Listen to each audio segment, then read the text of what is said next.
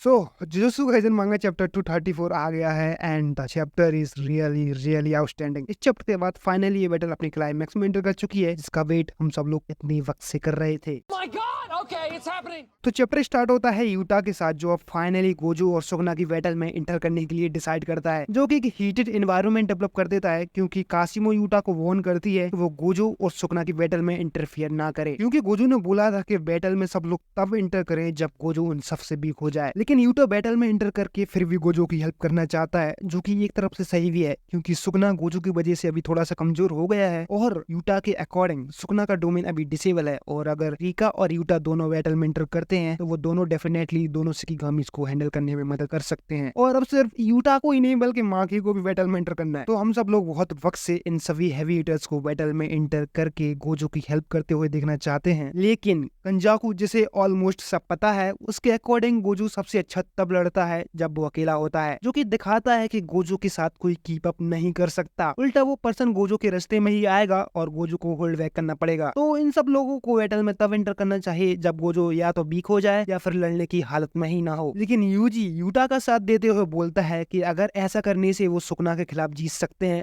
तो नहीं ये रिस्क लेना चाहिए, क्योंकि गोजो की रिवर्स कस्ट टेक्निक का आउटपुट नीचे करता जा रहा है, और अगर यूटा इन दोनों शिकिगामिस को हैंडल कर ले तो गोजो पर जो प्रेशर है वो बहुत कम हो जाएगा। लेकिन हकारी यहाँ सबको वार्न करता है कि सुकना के पास कोई ट्रम्प कार्ड हो सकता है जो वो बचा कर रख रहा है, और अगर वो सब लोग बैटल ज्वाइन करते हैं तो शायद ऐसा हो सकता है कि वो उसे यूज कर ले, जिससे किसाकाबे भी एग्री करता है। सीन स्विच होता है जहां गोजो महारागा और अजीटो से फाइट कर रहा होता है। वो महारागा के सारे अटैक्स को डॉज करता है और अजीटो पर एक ब्लैक फ्लैश लैंड करता है, लेकिन अजीटो जिस पर जो भी डैमेज हुआ था वो बहुत इजीली उसे हील कर लेता है। पर गोजो सिर्फ यहीं तक नहीं रुकता, वो अजीटो की पूंछ को पकड़कर उससे उखाड़ देता है, पर अजीटो दोबारा से अपनी हीलिंग एबिलिटी का यूज करके अपनी पूंछ को ग्रो कर लेता है या कर लेती है, आई डोंट नो। हमें गोजो से पता चलता है कि अजीटो एक्चुअली न्यू और टोटली का फ्यूजन नहीं है, बल्कि वो न्यू जो ग्रेट सर्पेंट को इनहेरिट करता है माउंट टाइगर और राउंड डियर का फ्यूजन है, which is actually quite powerful, क्योंकि अजीटो राउंड डियर की रिवर्स कस्ट टेक्निक माउंट टाइगर की स्ट्रेंथ और एजिलिटी को इनहेरिट करता है, which actually make him really powerful. और शायद माउंट टाइगर 10 शैडोज का लास्ट शिकिगामी है, क्योंकि इससे पहले हमें 10 शैडोज के सारे शिकिगामीज को कभी रिवील नहीं किया। इसके बाद महारागा जमीन पर स्लैश करता है जिससे कि गोजो डाइवर्ट हो जाए और फिर गोजो पर अटैक करता है, लेकिन गोजो इसे बड़ी आसानी से डॉज कर लेता है और उसी टाइम पर अजीटो भी गोजो पर अटैक करने की कोशिश करता है, लेकिन उससे पहले ही गोजो उसे एक जोर का पंच दे मारता है। गोजो को ये बात पता है कि अजीटो के पास हीलिंग एबिलिटीज हैं, जिससे कि वो सुकना को भी हील कर सकता है, और इसीलिए उसे पहले अजीटो को डिस्ट्रॉय करना होगा। अब सुकना को अजीटो का तो पता नहीं, लेकिन इस बात की चिंता जरूर है कि अगर गोजो ने हॉलो पर्पल टेक्निक का यूज किया तो उसने अब तक जो भी किया है वो सब बर्बाद हो जाएगा। अब ऐसा इसलिए क्योंकि सुकना अभी अच्छी कंडीशन में नहीं है, और अगर गोजो ने हॉलो पर्पल टेक्निक का यूज किया तो वो उसे सर्वाइव नहीं कर पाएगा। पिछली बार जब गोजो ने सुकना पर 120% आउटपुट से भी ज्यादा का हॉलो पर्पल से अटैक किया था तो वो गोजो से 4 किलोमीटर दूर था, जिसकी वजह से वो सरवाइव कर गया और उसने सिर्फ अपना एक हाथ ही गवाया था। सुकना को लगता है कि गोजो ने उस पर more than 120% output hollow purple से अटैक किया था, लेकिन हम लोगों को एग्जैक्टली पता है कि गोजो ने सुकना पर 200% आउटपुट के हॉलो पर्पल से अटैक किया था। अब ऐसा हो सकता है कि हॉलो पर्पल की एक लिमिट हो कि वो जितनी दूर तक जाएगा उतना ही उसका इफेक्ट कम होता जाएगा, और इसी की वजह से सुकना शायद सरवाइव कर गया हो। आफ्टर दैट सुकना के order to Maharaja to show him bodyguard, ये बोल करके वो सुकना की शैडो है ना कि मैगमी फुसिगिरो की। इसके बाद महारागा का व्हील स्पिन करता है और वो गोजो का हाथ ही काट देता है।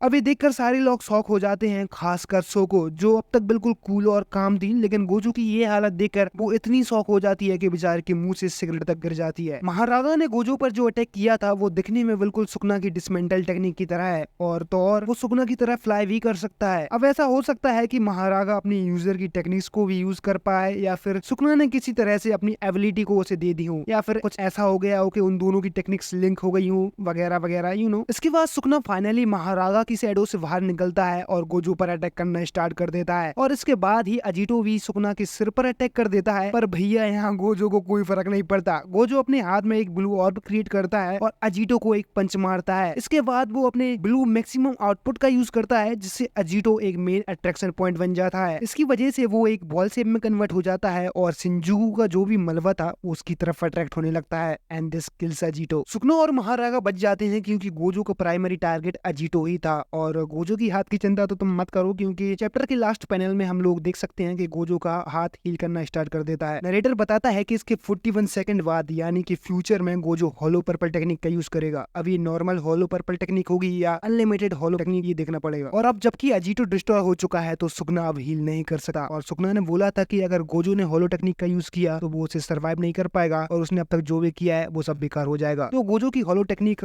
हमें नेक्स्ट चैप्टर में देखने को मिलेगी और लकली नेक्स्ट वीक हमें कोई ब्रेक नहीं देखने को मिलेगा। So stay tuned and bye.